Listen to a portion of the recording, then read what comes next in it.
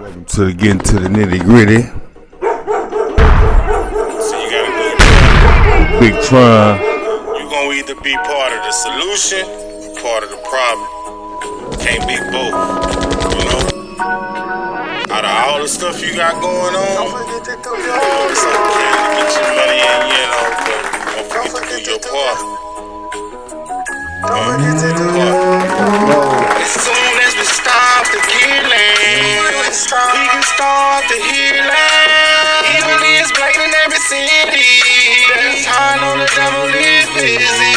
This ain't no he's in his feelings. This is exactly what I'm seeing. Every kid is a star, should be twinkling. And everybody with a heart should be singing. Do your part. Don't forget to do your part. Don't forget to do your part.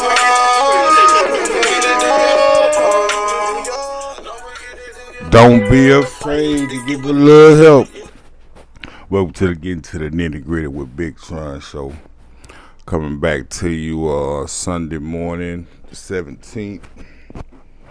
I'm coming on this morning. I want to play the audio from a video that I looked at in regards to 3D printing. Bear with me. Instead a little bit better angle. Yeah, 3D printing. And I want to ask a couple questions. So I had a couple topics. That was the first one I wanted to go into, 3D printing. And I want to ask the people, do y'all guys know that they can 3D print houses? Yes, they can 3D print houses in like 80 hours. 3-story houses. You know, and people thinking they're safe. Hold on. And people thinking they're safe in their workplace because their jobs are not being compromised at this very moment we're living in right now. But is it soon to come? I know a couple guys drive trucks and they seem like some of the happiest guys in town. The truck drivers, they're getting a lot of money. It's a lot of overtime there available. But what happens when these autonomous trucks that they were studying, I think at the University of Texas, I'm not mistaken, maybe in 2018 or 17, they just studied autonomous trucks. They was getting them together, you know. So I don't know how long it'll be before they actually roll those out. But man, the way it's looking, everybody's job is, even the police, like they welcoming the robot dogs, yeah, all because they want to eat more donuts. But it's gonna come a time where police jobs will be compromised as well. You're gonna have to pretty soon here be able to hold your own for it down. With no further ado, let me get into the video. This audio right now, like I said, I'm gonna get up into the other stuff, the politics of YouTube later, but it's stuff that needs to be conveyed right now. So here we go. Your 3D printer is doing layer by layer, lap by lap, going around building the structure. So as opposed to cutting something away, you're actually adding something up. I don't think Michelangelo could fathom a 3D printer. If you want to have innovation in the United States, you're going to have manufacturing in the United States. Simple logical process. This is what I want to say, and this is the part that kind of is soft with me, and this seems like what people with money do a lot. But this is how they soften you up. Because immediately when they first started talking about this, they was talking about the homeless. Oh man, this is perfect. But it truly is.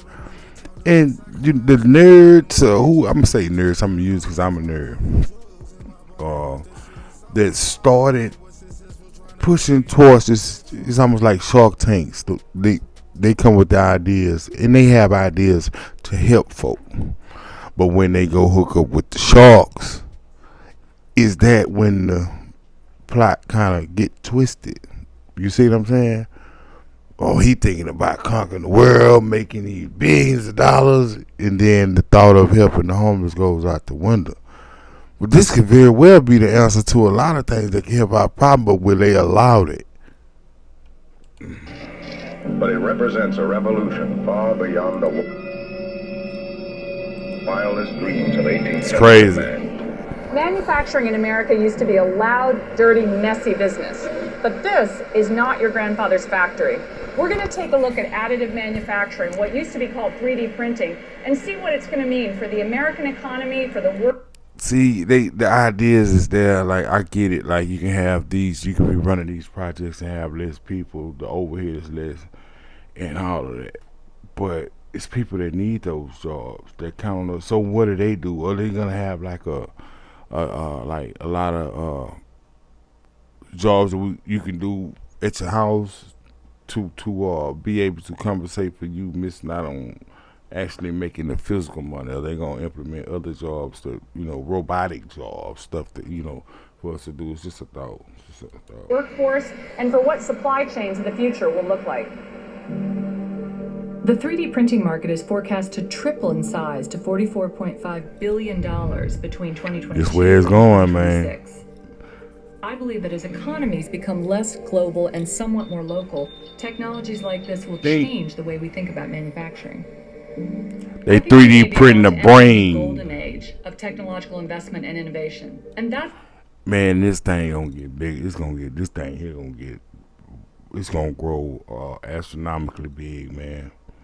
They can 3D print body parts. Think about that, man. That's why I say it could be something that could be so good, something that could be so needed, and maybe, just maybe, partially, it was designed for us to know about it. But in a having humility type of way, you know what I'm saying? Like, it's boundaries that maybe not should be crossed. It should be for this purpose. But when you go to want to make money off of it, it's only accessible to the people with money. They not flashing these commercials across the news. Hey man, you can actually go get your ear. They're not doing that. So this for a circle of people that just got moolah. That's because legacy industries like manufacturing, Let's go. Let me get out up into the historically dependent nitty gritty a little bit. manufacturing really began. The technology was developed here, nurtured by grants from the Office of Naval Research and the National Science Foundation before being adapted by private industry. By private It's the industry, kind of that's what triple play between government, academia, and industry that's really held up as a gold standard. Yeah, see, every time a lot of different people start dipping their hand, like, I think, for the most part, I think Boston Dynamics is a great company, a wonderful company, as far as exercising the mind, coming up with stuff, but working it into society, that's a whole nother job. That takes a whole nother set of brains. That, and then in turn, should go through another set of brains, another set of eyes. You see what I'm saying? Components reliably at scale. Right? And of course, the challenges that are associated with that are manifold. First of all, find an Let me investor. get to the part where it's actually It's a time. 1,500 square foot, 8-foot ceilinged home, and it took just 80 print hours to build. 80 hours to make a house. It cost $20,000 to build. Conventional methods would have. Could you imagine $20,000 to build your own house?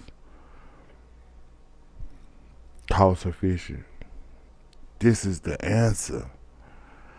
But like I said, remember Big Tron said this September 17th, 2023. Will it be used for nefarious purposes? For people to get more billions of dollars, more millions, more. What is they gonna do with all this money? Like, well, you can't take it with you. And then the whole thing is, just the thing is, I want to be able to generational wealth. That's the cop out.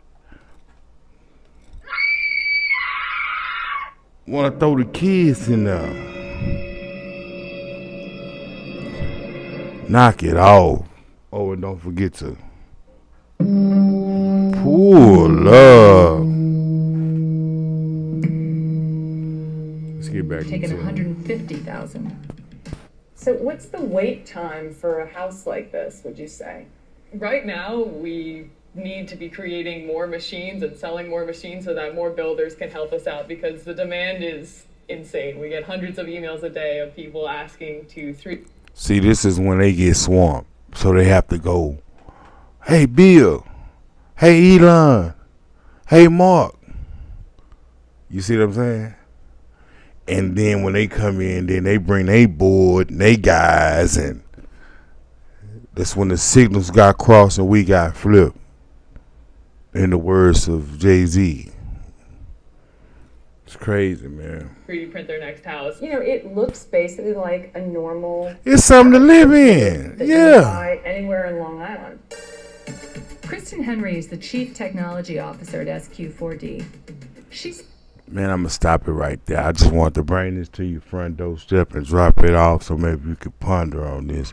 And maybe if enough of us just as bad, just as much as they wish evil on stuff, we should wish goodness on stuff, that it flourish in a good manner to help people. But we'll see very soon. For real, for real. So until next time, you done got to the nitty gritty with Big Tron. And if you out there slipping and tripping, don't forget to pull up.